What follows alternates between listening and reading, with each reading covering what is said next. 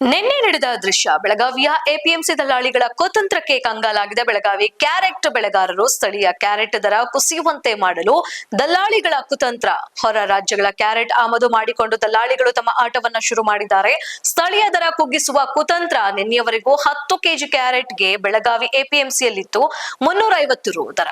ಈ ದರ ಕುಸಿಯುವಂತೆ ಮಾಡಲು ಮಹಾರಾಷ್ಟ್ರದ ಕ್ಯಾರೆಟ್ ಆಮದು ಮಾಡಿಕೊಂಡಿದ್ದಾರೆ.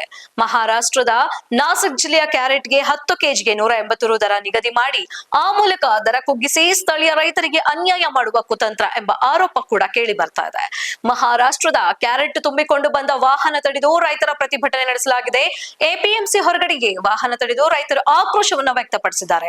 ಎಪಿಎಂಸಿ ದಲ್ಲಾಳಿಗಳು ಮಹಾರಾಷ್ಟ್ರ ಕ್ಯಾರೆಟ್ ಖರೀದಿಸದಂತೆ ಆಗ್ರಹ ಮಾಡಿದ್ದು, ಸ್ಥಳೀಯ ಕ್ಯಾರೆಟ್ ಅನ್ನೇ ನೆನ್ನೆಯ ದರ ನೀಡಿ ಖರೀದಿಸುವಂತೆ ರೈತರು ಪಟ್ಟು ಹಿಡಿದು ಕೂತಿದ್ದಾರೆ.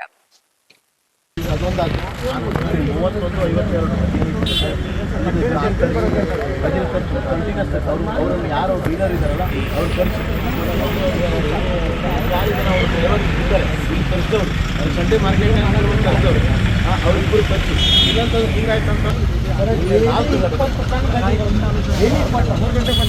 ನಿನ್ನೆ 4 ಗಾಡಿ ಬಂದಿದೆ ಕಂಟಿನ್ಯೂಸ್ ಹಿಂಗಾಗ್ತಾ ಅಂದ್ರೆ ನಾವು ಇಲ್ಲೇ ಬರೋದು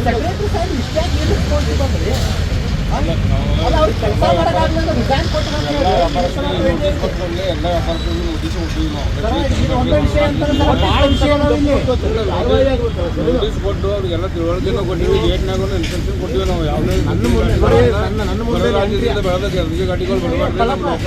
ಹ್ಯಾಂಗ್ ಇದು ಮಾಡ್ತೀರಿ?